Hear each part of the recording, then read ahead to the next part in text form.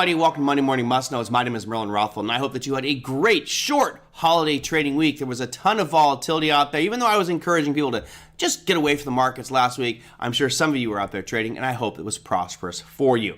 Now, we haven't talked about earnings really because we're at the tail end of earnings season and nothing exciting going on. This week, we start to kick things off with earnings season. I know you're looking at that screen going, Merlin, but there's only 70 companies. Who cares? Well, hold on. Let's start things off with a little bit of market lubrication on Monday. Yes, we got WD-40 reporting on Monday. Not that that's a major name, but I thought, hey, throw a little humor into the presentation and start it off for your trading week. Tuesday and Wednesday, you've got goose eggs. Thursday, though, it starts to get better. You got Delta Airlines, PepsiCo, ConAgra Brands, and Fastenal. And then on Friday, oh yes, Friday, we start off the official earnings season, kicking it off with major financial firms, JP Morgan, Citigroup, Wells Fargo, BlackRock, State Street, and then United Health Group in there. Now, this is a pretty exciting kickoff because we've been dealing with the volatility due to inflation, GDP, unemployment data, and just Jerome Powell and the Federal Reserve and whatever the market throws at us. Now we have an area we can focus our attention on and at least plan and know that these companies are coming out with earnings, which may create a lot of volatility in the markets. And I think of real interest here is a lot of traders like myself are wondering, when are these rate increases that have happened in the past, right? We've risen 5% in the Fed funds futures over the past year.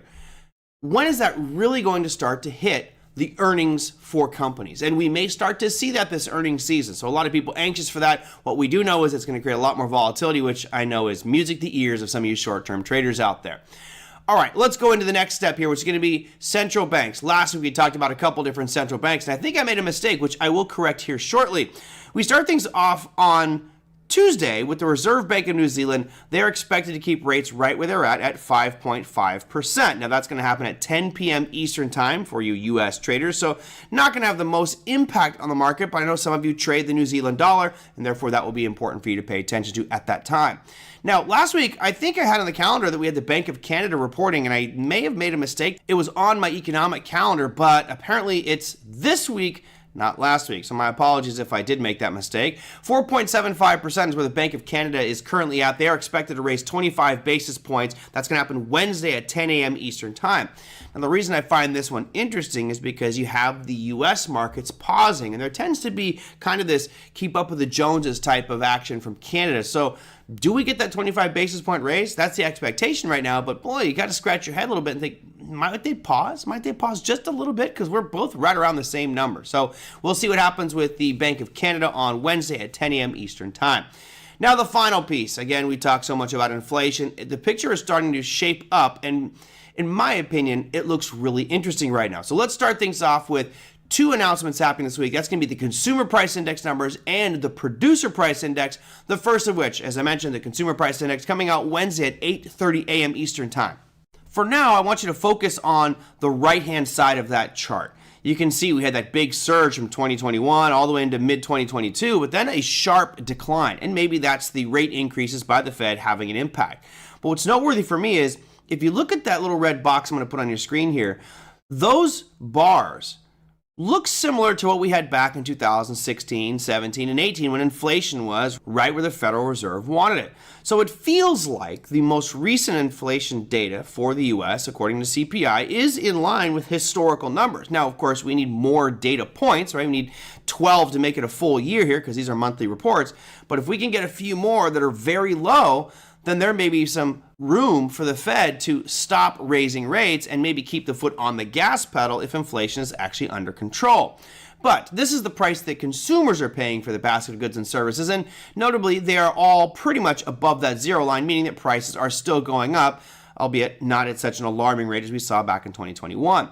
Now, when you look at the producer price index, a different picture is painted. On Thursday at 8:30 a.m. Eastern time, the PPI numbers come out, so just the day after. But notice in the red box, I'm gonna compare both of these right now.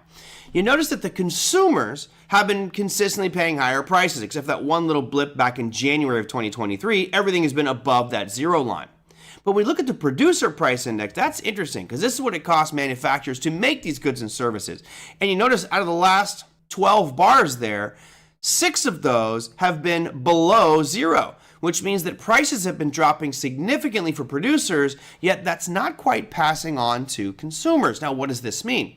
Well, if we look at simple business economics, if the people making the goods and services are paying less for their products that they're selling you and they're selling it to you at the same price, that means better profit margins for those businesses. And lo and behold, we have earnings season rolling out, so maybe we might see some of that reflected in company earnings. PPI numbers have been declining aggressively. CPI has been declining, but not as aggressively. Therefore, we're seeing a disparity between those two numbers, and that middle ground there, right? That space, that spread, if you will probably go into the producer's pockets. So that should be an interesting thing to look forward to for our earnings season. Now, of course, I just went through three things very quickly. You've got the kickoff to earnings season, you have a couple central banks reporting, and you also have inflationary data, which should make for a very volatile week. And that, my friends, is your Monday Morning Must-Knows. We'll see you next week.